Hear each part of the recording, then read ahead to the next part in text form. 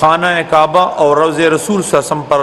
حاضری کے فریضہ یعنی حج کو بھی پابندیوں کا سامنا کرنا پڑا۔ آپ کو معلوم ہے کہ کووڈ کی وجہ سے سعودی حکومت نے 2020 اور 2021 میں صرف مقامی طور پر حج کا انعقاد کیا تھا۔ اب جب کہ اللہ کے فضل و کرم سے اس وبائی مرض سے کافی حد تک نجات مل چکی ہے اور دنیا اپنے معمولات زندگی کی طرف رواں دواں ہو چکی ہے، وہیں ہم سب کے لیے یہ ایک بہت بڑی خوشخبری ہے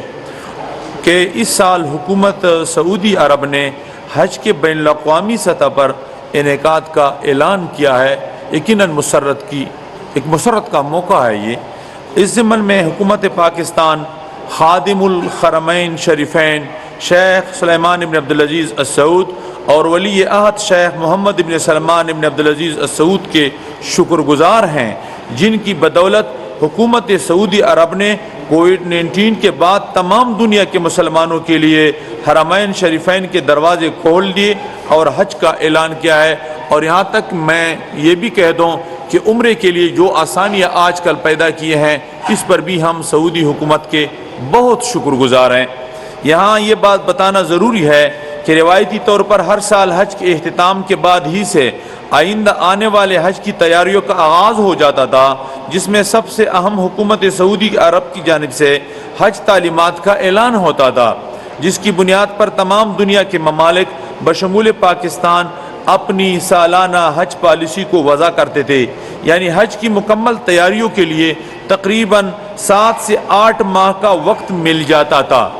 لیکن اس کے برعکس اس سال سعودی عرب حکومت کی جانب سے کووڈ-19 کے اس وبیس پر عمل درآمد کی وجہ سے حج تعلیمات کے اعلان میں کافی تاخیر ہوئی ہے، جس کی وجہ سے حج سے متعلقہ تیاریوں کے لیے نہ صرف بہت قلیل وقت ہمارے لیے سب سے بڑا چیلنج ہے، بلکہ ساتھ ہی ساتھ حج تعلیمات میں حج اخراجات کے تفصیلات اب تک مہیا نہیں کی گئی، جس کا سعودی عرب حکومت کی جانب سے ہم شدت سے منتظر ہے۔ اس سلسلے میں ہمارا حج ڈائریکٹوریٹ جنرل جدہ مسلسل متعلقہ سعودی اداروں سے رابطے میں ہیں، چونکہ سعودی تعلیمات کے مطابق ہمیں حج سے متعلقہ تیاریوں کو مکمل کرنے کے لیے 15 شوال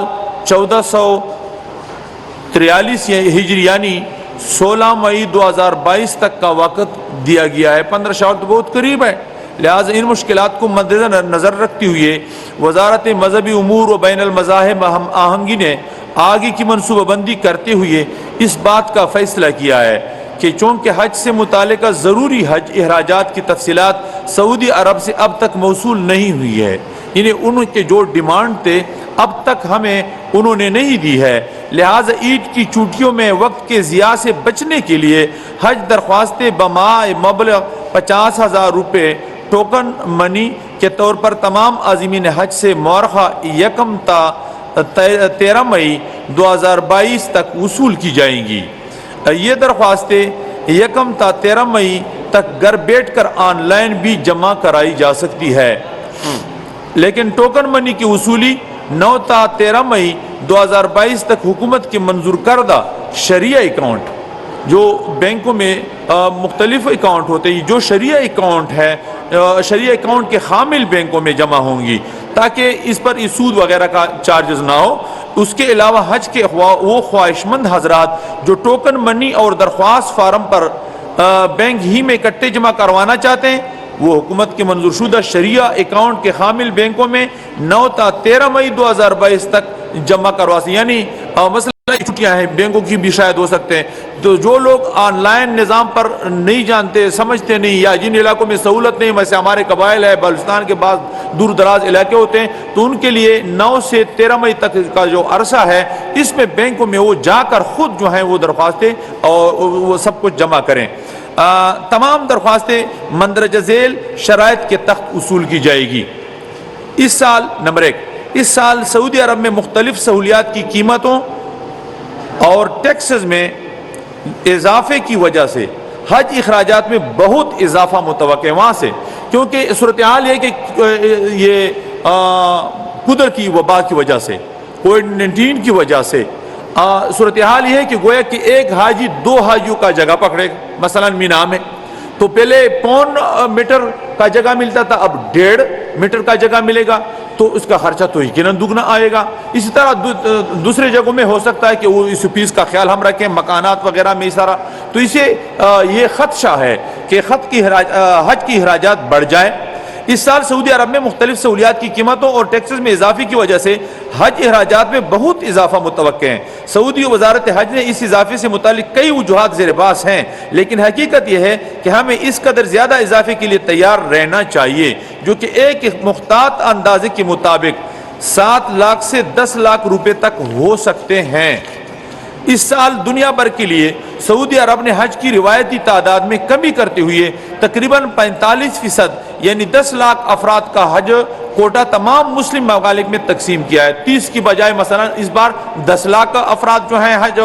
کا فریضہ ادا کریں گے، جس کے مطابق پاکستان کے حصے میں 81,132 کا کوٹا آیا ہے۔